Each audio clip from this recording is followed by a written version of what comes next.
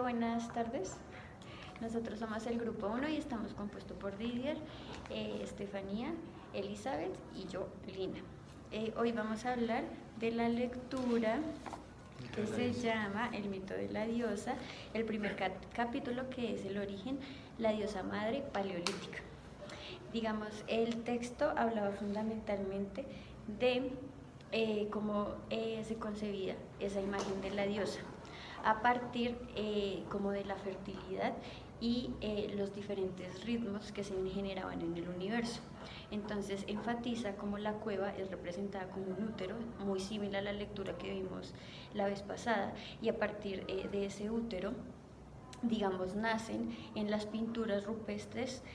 lo que existe en el mundo, que en este caso serían los animales. Además de eso, empieza a hablar de la configuración de pequeñas, digamos, esculturas, por así decirlo, de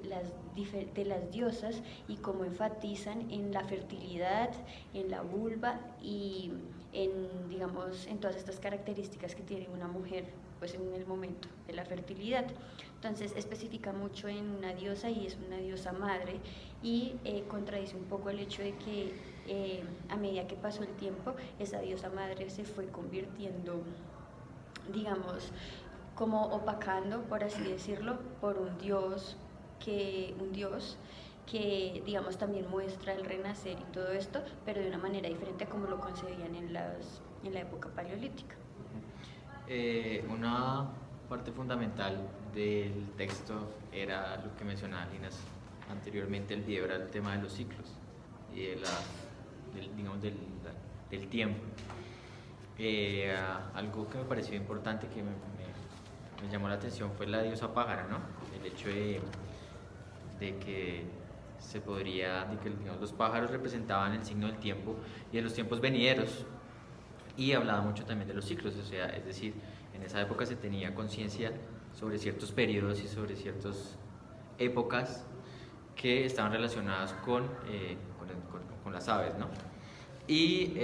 otro elemento importante que me pareció fue que estas estatuillas que se realizaron no solamente están, que hay varios materiales para hacerlos y para fabricarlas,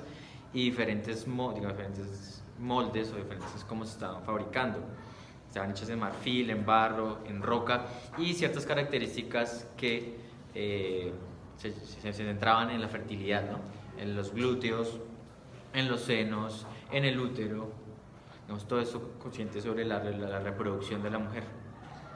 Yo creo que uno de los temas más interesantes es ver cómo lo sagrado surge de un entendimiento de la naturaleza. Primero entendía como esos ciclos que se van viendo y que van dando esos ritmos de la naturaleza que están asociados a los procesos naturales que tanto ellos ven como ellos viven.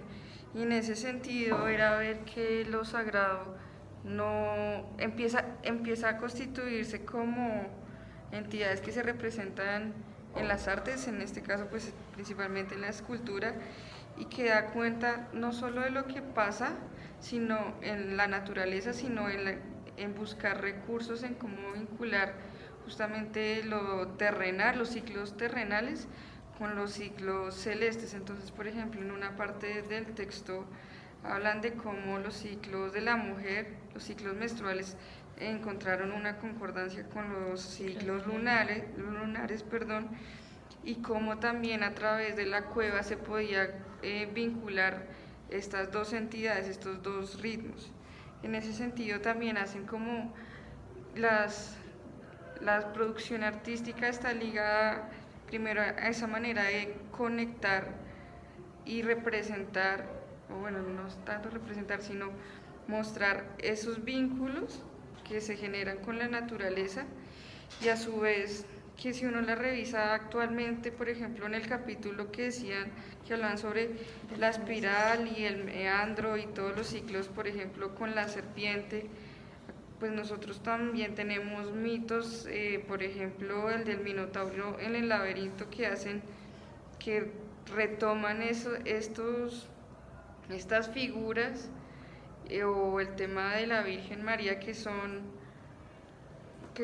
símbolos o estructuras que actualmente nosotros tenemos pues que las hemos dejado pero que han sido constantes en el tiempo. Sí, es como interesante ver cómo lo sagrado realmente nace de la naturaleza y cómo cómo el hombre y la naturaleza se conciben como en una relación permanente y recíproca.